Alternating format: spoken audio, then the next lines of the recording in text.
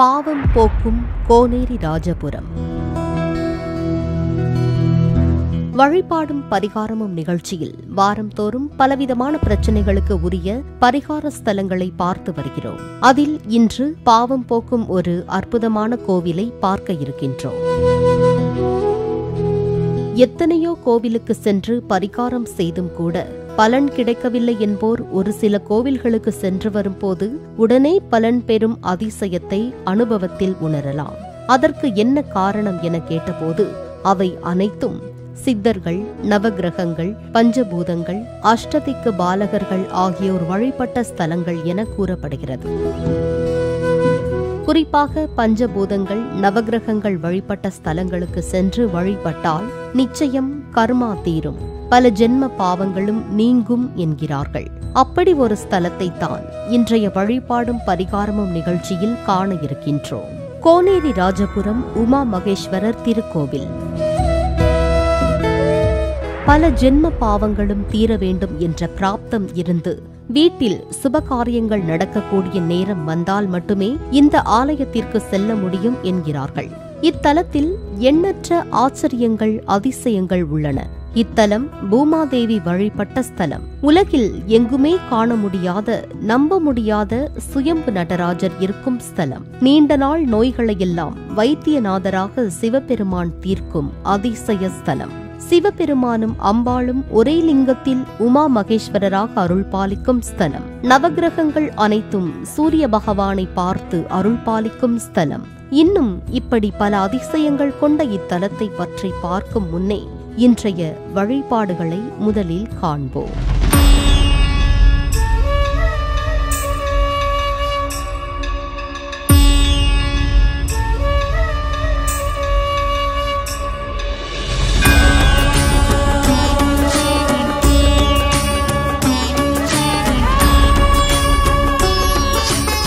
உங்கள் விதியை வெல்ல வழிபாடும் பரிகாரமும்.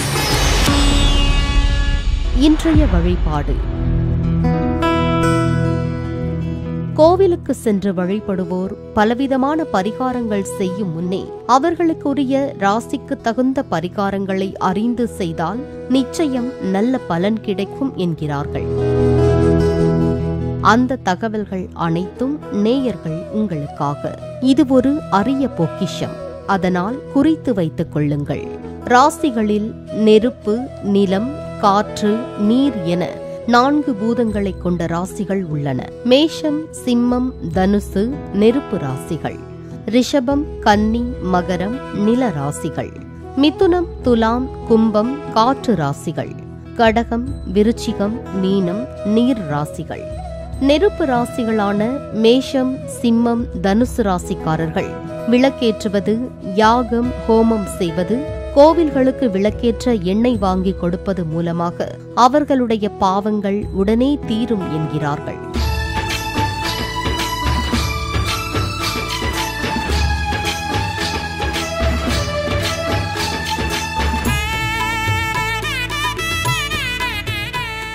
பஞ்சபூத ஸ்தலங்களில் அக்னி ஸ்தலமான திருவண்ணாமலைக்கு அடிக்கடி சென்று வரும்போது நிச்சயம் வாழ்வில் அனைத்து விதமான பிரச்சனைகளும் கஷ்டங்களும் தீரும் என்கிறார்கள். அண்ணாமலை என்னரசே, உண்ணாமூளை பொன்னரசே, தாயோடு நிற்பவரே, தாய்பாதியானவரே, அருணாச்சல ஈஸ்வரனே, ஆதி அந்த மாணவனே, வெம்பாவை மாணிக்கமே, உஞ்சோதி என்னெதிரே.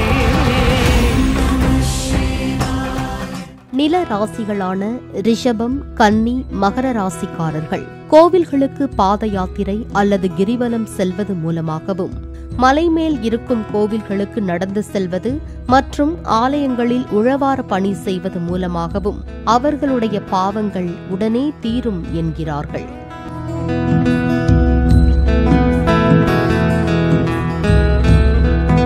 பஞ்சபூத ஸ்தலங்களில் நிலஸ்தலமான காஞ்சி ஏகாம்பரேஸ்வரர் மற்றும் திருவாரூர் தியாகராஜர் கோவிலுக்கு அடிக்கடி சென்று வரும்போது நிச்சயம் வாழ்வில் அனைத்து விதமான பிரச்சனைகளும் கஷ்டங்களும் தீரும் என்கிறார்கள்.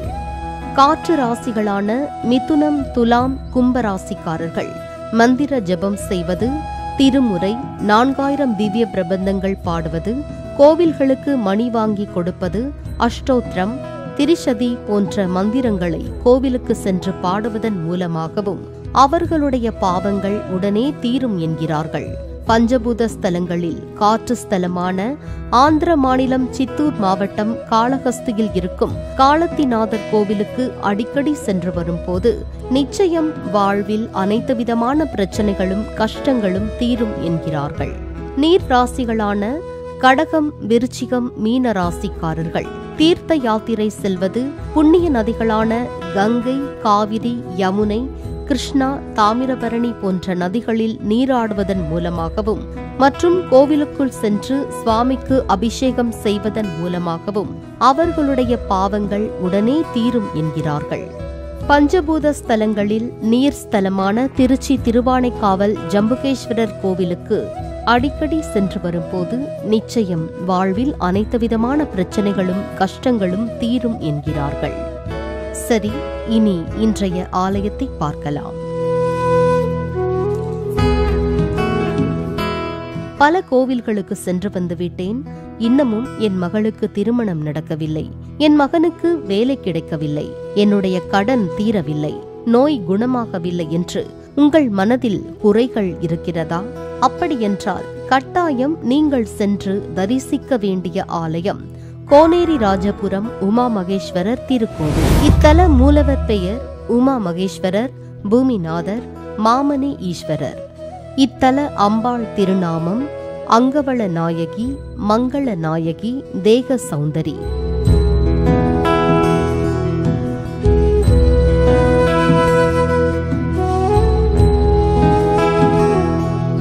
இத்தலத்தின் புராண பெயர் திருநல்லம். இத்தலத்தை போற்றி பாடியவர்கள் திருநாவுக்கரசர், திருஞான சம்பந்தர் மற்றும் அருட்பிரகாச வள்ளலார். இக்கோவில் விமானம் அஷ்டத்வாரபால விமானம். இத்தல தீர்த்தம் பூமி தீர்த்தம், பிரம்ம தீர்த்தம், சக்தி தீர்த்தம். இத்தல விருட்சம் அரசமரம், மகாவில்வம். இத்தலத்தை வணங்கி பலன் பெற்றவர்கள் புரூரவஸ் மன்னன், யமதர்மன், நந்தி பகவான், அஷ்டதிக்பாலகர்கள், பூமாதேவி, கண்டராதித்தர் சோழன், வரகுண பாண்டியன், சம்பந்தர், அப்பர், பட்டினத்தார், சேக்கிழார் மற்றும் பலர். இது பழமையான கோவில் என்பதற்கு சாட்சியாக இக்கோயிலை சுற்றி ஏராளமான கல்வெட்டுகளை காண முடிகிறது. இது யுகங்கள் பல பார்த்த ஒரு அற்புதமான ஸ்தலம்.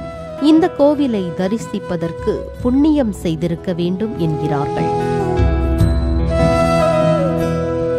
எண்ணற்ற பெருமைகளையும் வரலாற்று தொன்மையும் கொண்டு இந்த கோவில் பல பிரச்சனைகளுக்கு பரிகார ஸ்தலமாக இருக்கிறது.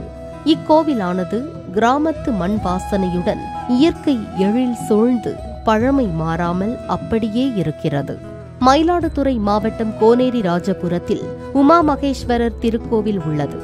சிவனின் தேவார பாடல் பெற்ற 274 சிவாலயங்களில் இது 97வது தேவார தலமாகும். இத்திருக்கோவிலுள்ளே எண்ணற்ற அழகிய சிற்பங்களும் புராண வரலாற்றை விளக்கும் சித்திரங்களும் சிவனின் தாண்டவ கோலமும் சுவர் முழுக்க வரையப்பட்டிருக்கிறது. பார்ப்பதற்கு மிகவும் அழகாக உள்ளது. இத்தல இறைவனை வழிபட்டால் பல ஜென்ம பாவங்களும் நீங்கும் என்கிறது ஸ்தல வரலாறு.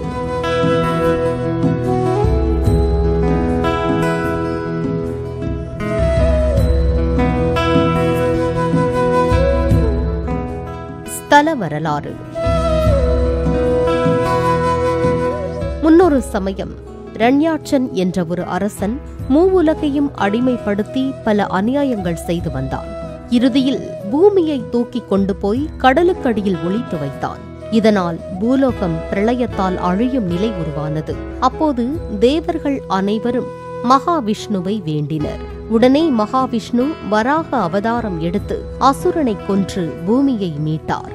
ஒரே நொடியில் மொத்த பூமியும் நீரில் மூழ்கியதை எண்ணி வருந்திய பூமாதேவி, இனி இதுபோல ஒரு நிலை வராமல் இருக்க எத்தலம் சென்று வழிபட வேண்டும் என மகாவிஷ்ணுவை கேட்டார். அப்போது மகாவிஷ்ணு சொல்லி பூமாதேவி வந்து வழிபட்ட ஸ்தலம்தான் கோனேரி ராஜபுரம் உமா மகேஸ்வரர் திருக்கோவில்.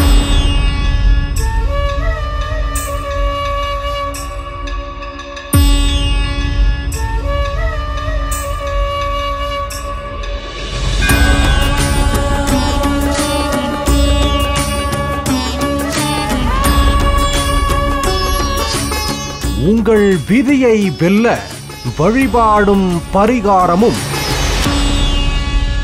பூமாதேவி வழிபட்டதால் இத்தல ஈசனுக்கு பூமிநாதர் என்றொரு பெயரும் உண்டானது.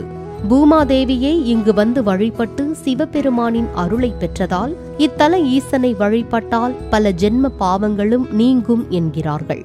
குறிப்பாக ஜாதகத்தில் இருக்கும் அனைத்து தோஷங்களும் தீர்க்கும் ஸ்தலம் இது என்கிறார்கள்.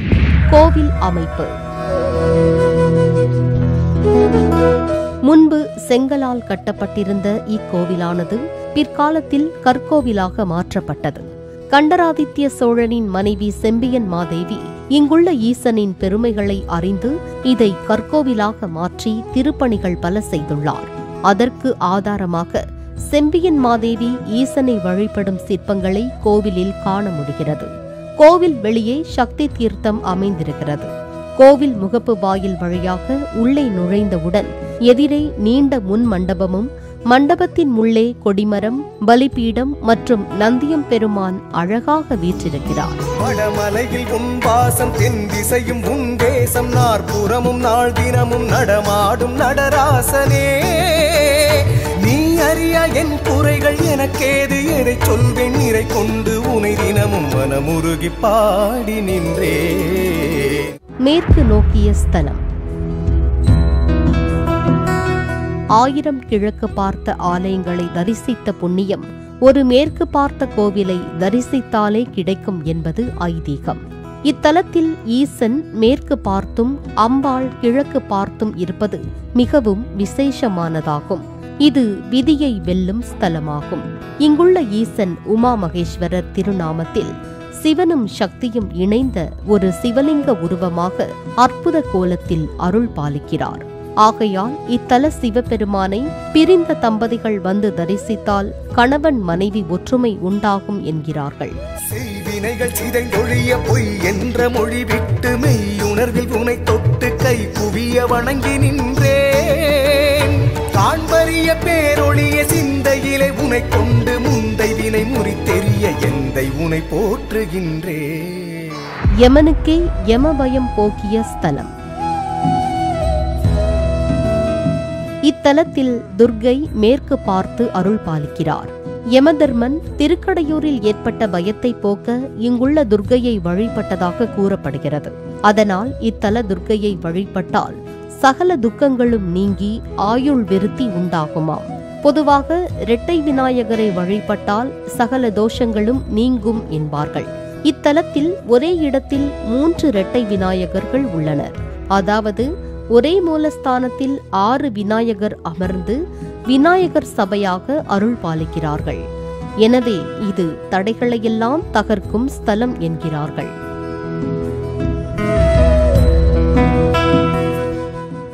மேலும் கருவறையை சுற்றி கோஷ்ட மூர்த்தங்களாக விநாயகர், தட்சிணாமூர்த்தி, அகத்தியர், ஜ்வரஹரர், லிங்கோத்பவர், கங்காதரர், அர்த்தநாரீஸ்வரர் ஆகியோர் உள்ளனர்.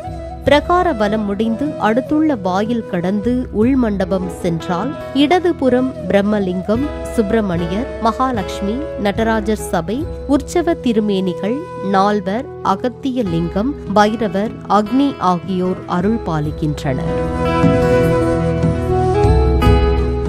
நந்தி வழிபட்ட ஈசன். நந்தி பகவான் இத்தல இறைவனை வழிபட்டு தனது தோஷம் நீங்க பெற்றதாக கூறப்படுகிறது. அதனால் பிரதோஷ காலத்தில் இங்கு வந்து வழிபாடு செய்தால் சகல பாவங்களும் தீரும் என்கிறார்கள். இது தவிர அஷ்டதிக் பாலகர்கள் இங்கு வழிபாடு செய்ததன் நினைவாக கோவில் விமானத்தின் மேல் அஷ்டதிக் பாலகர்கள் வீற்றிருக்கிறார்கள். அது மட்டுமல்ல, இத்தல ஈசனை 16 சித்தர்கள் இங்கு வந்து வழிபட்டுள்ளனர். சுடர் எரியும் விழியுடையன் திரிசடையான் அரை உடையான் எரி சுடலை பொடி அணிந்த ஈசனவன் அடிபணிந்தேன். உலகனைத்தும் உள்ளோர்க்கு படியளக்கும் பரம்பொருளே எனதகத்து படி மிதிக்க எழுந்தருள்வாய் பரமேஸ்வரா. குரு பெருமை புவியுணர பிரணவத்தின் மொழி கேட்டு சிறு மகனின் தாழ் பணிந்த சிவனுனது அடிபணிந்தேன். அடியாரை வணங்கிடினும் இடர் நீக்கும் இடர் நீல நினைவிட்டு நினைவற்று இருப்பேனோ பரமேஸ்வரா. வெளிப்பிரகாரத்தில் ஷண்முகர் சந்நிதி உள்ளது. பிரகாரத்தில் இடதுபுறம் உள்ள வழியாக சென்றால் தனி கோவிலில் அம்பாள் அற்புதமாக அருள் பாலிக்கின்றார். அம்மனின் திருநாமம் அங்கவள நாயகியாகும். பெயருக்கேற்றாற்போல அம்பாள் அத்தனை அழகு. பெண்கள் வெள்ளிக்கிழமைகளில் இத்தலத்தில் உள்ள அம்பாளை வழிபட்டால் நீண்ட நாள் நடக்காத சுப காரியங்கள் அனைத்தும் நடக்கும் என்கிறார்கள்.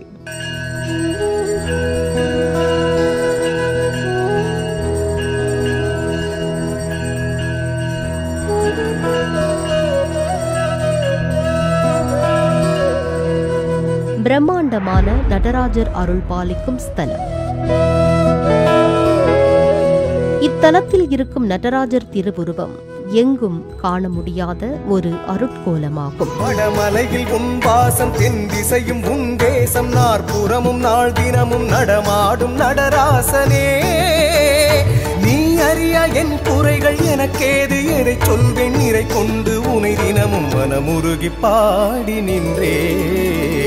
முன்னொரு சமயம் இந்த பகுதியை ஆண்ட மன்னன் ஒருவனுக்கு தீராத ஆசை ஒன்று இருந்தது. அதாவது இவ்வுலகில் எங்குமே இல்லாத வகையில் ஒரு அபூர்வமான நடராஜர் சிலையை வடிக்க வேண்டும் என்று. அதற்காக பல சிற்பிகளை அணுகி இறுதியில் ஒரு சிற்பியிடம் அந்த பணி ஒப்படைக்கப்பட்டது. ஆனால் அந்த சிற்பி செய்த நடராஜர் சிலைகள் மன்னனுக்கு திருப்தி தரவில்லை. அதனால் மன்னனோ, நாளைக்குள் நீ ஒரு அபூர்வ சிலையை செய்யவில்லையெனில் சிரச்சேதம் செய்யப்படுவாய் என்று கூறிவிட்டு சென்றார். என்ன செய்வதென்று தெரியாத சிற்பி கவலையில் இத்தல அம்பாளையும் ஈசனையும் மனமுருகி வேண்டினார். என்ன அதிசயம்! ஈசனும் அம்பாளும் வயதான கோலத்தில் சிற்பியிடம் வந்து தாகமாக இருக்கிறது, தண்ணீர் இருக்கிறதா என்று கேட்டனர்.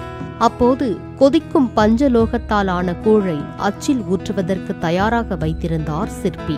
ஆகையினால் என்னிடம் தண்ணீர் இல்லை, பஞ்சலோக கூழே உள்ளது என்று கவலையில் கூறினார் சிற்பி. உடனே சிற்பியின் மனக்குறையை போக்க எண்ணி அந்த கூழை இருவரும் உடனே குடித்து பஞ்சலோக நடராஜர் சிவகாமியாக சிலை உருவாக மாறினர். இந்த அதிசயத்தை பார்த்த சிற்பிக்கு ஆச்சரியம் தாங்கவில்லை. அதனால் மன்னனிடம் சொன்னார். ஆனால் மன்னனோ நம்பவில்லை. அதே சமயம் சிலையை பார்த்த மன்னனுக்கு சந்தோஷம். நினைத்தது போல ஒரு சிலை, நரம்புகள் மச்சம் மருவுடன் ஒரு நிஜமான மனிதனின் உடலில் இருப்பது போல நகங்கள், உரோமங்கள் என அனைத்தும் உயிரோட்டமாக இருந்ததைக் கண்டதும் மன்னன் ஆச்சரியத்தில் ஆழ்ந்தான். இவ்வளவு அதி அற்புதமான சிலையை எவ்வாறு செய்ய முடிந்தது என்று சிற்பியை மறுபடியும் கேட்டான். சிற்பியும் மீண்டும் அதையே கூறினார். சிற்பி மீண்டும் மீண்டும் பொய்யுரைப்பதாக நினைத்த மன்னன் அவரை வெட்ட வாளை ஓங்கினார். அப்போது வாள் சிலையின் காலில் பட அதிலிருந்து ரத்தம் பீரிட்டது. மன்னனுக்கு உண்மை புரிந்தது. மனம் வருந்தியது. தன் தவறை உணர்ந்து சிற்பியிடம் மன்னிப்பு கோரினார் மன்னர். ஆயினும் செய்த பாவத்தின் பலனால் மன்னனுக்கு தொழுநோய் உண்டானது. நோய் குணமாக இறுதியில் இத்தல வைத்தியநாதரை வேண்டி நோய் நீங்க பெற்றான்.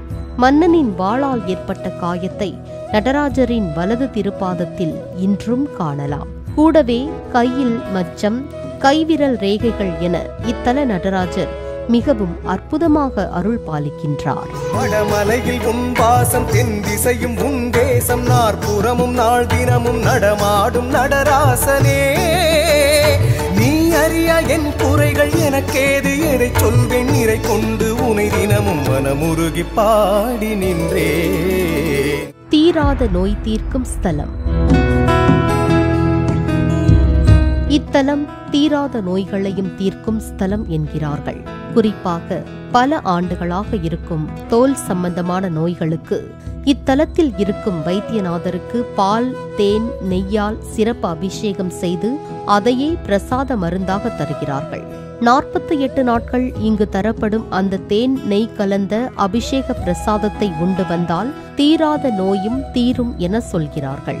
செய்வினைகள் சிதைந்தொழிய பொய் என்ற மொழி விட்டு மெய்யுணர்வில் உனை தொட்டு கை குவிய வணங்கி நின்றேன். காண்பறிய பேரொழிய சிந்தையிலே உனை கொண்டு முந்தை வினை முறித்தெறிய எந்தை உனை போற்றுகின்றேன். வெள்ளை ஆடை அணிந்த சனி பகவான்.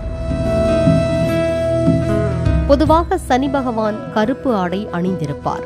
இத்தலத்தில் மட்டும் சனி பகவான் வெள்ளை வஸ்திரத்தில் அருள் பாலிக்கிறார். ஆகவே இத்தலத்தில் உள்ள சனி பகவானை வேண்டினால் எப்பேற்பட்ட சனி தோஷமும் நீங்கும் என்கிறார்கள். மேலும் இத்தலத்தில் நவகிரகங்கள் அனைத்தும் சூரியனை பார்ப்பது போல அருள் பாலிப்பது மிகவும் விசேஷம். இது எங்கும் காண முடியாத ஒரு காட்சி. எனவே இத்தலத்திற்கு வந்து வழிபட நவகிரகத்தால் என்ன தோஷம் இருந்தாலும் அவை அனைத்தும் நீங்கும் என்பது நம்பிக்கை. கோவில் நடை திறப்பு காலை 6 மணி முதல் மதியம் 12:30 மணி வரை, மாலை 4 மணி முதல் இரவு 8:30 மணி வரை. கோவில் முகவரி: அருள்மிகு உமா மகேஸ்வரர் திருக்கோவில், குத்தாலம் வட்டம், மயிலாடுதுறை மாவட்டம். எப்படி செல்வது?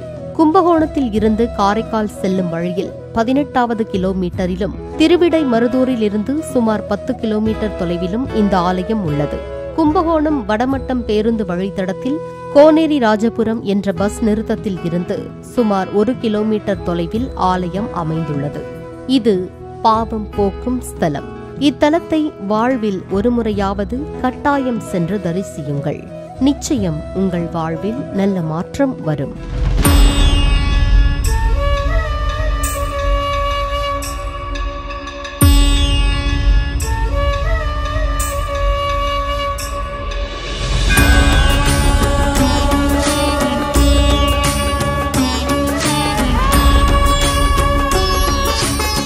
உங்கள் விதியை வெல்ல வழிபாடும் பரிகாரமும். பாவம் போக்கும் கோனேரி ராஜபுரம்.